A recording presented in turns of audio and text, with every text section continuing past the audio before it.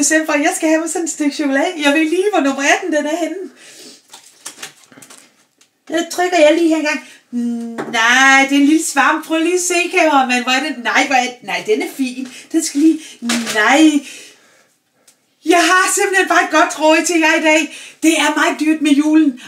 Og prøv at se, så fandt jeg lige sådan noget gammel rødbesaft. Der er ikke ret mange rødbeer i. Der er faktisk ikke nogen rødbeer, dem har jeg spist. Det er bare synd at smide sådan noget rødbesaft ud. Man kan faktisk bruge det stadigvæk og genbruge det. Så skal I bare se her. Så tager man bare...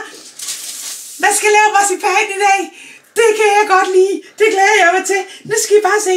Så har jeg allerede rullet det ud, og så ligesom skåret det i skiver og sådan noget. Så skal man bare tage en af dem her, som man lige har lavet. Og så i stedet for at gå ud og købe alt det dyre alt det der røde saft, farvestoffer, så tager man det her. Så tager man lige og gør sådan her. Så tager man lige hånden helt ned i. Så tager man fat ned i den anden. Nej, så tager man lige. Nej, hvor bliver det godt. Det skal døbes en gang til. Det er simpelthen helt... Nej, nu knækkede den. Ved du hvad, det gør ikke noget. Fordi man kan bare gøre sådan her, jo. Så tager man lige en gang til. Så tager man lige den her op. Nej, hvor bliver det flot. Så skal man lige... lægge den her oveni. Nej, det er simpelthen... Så kommer der lige nogle røde pletter på, det gør ikke noget. Nu skal I bare se her, ikke?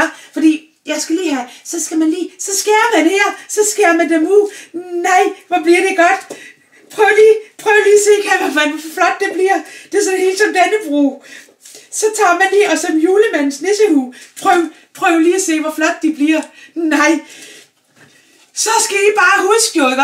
Så skal I bare huske... Vi ved, at grøntsager, det er godt. Marcipan i rødbede, det er super flot. En råd, I vil ønske, I altid have haft.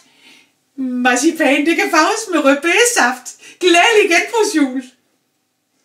Så skal jeg lige smage en, jo.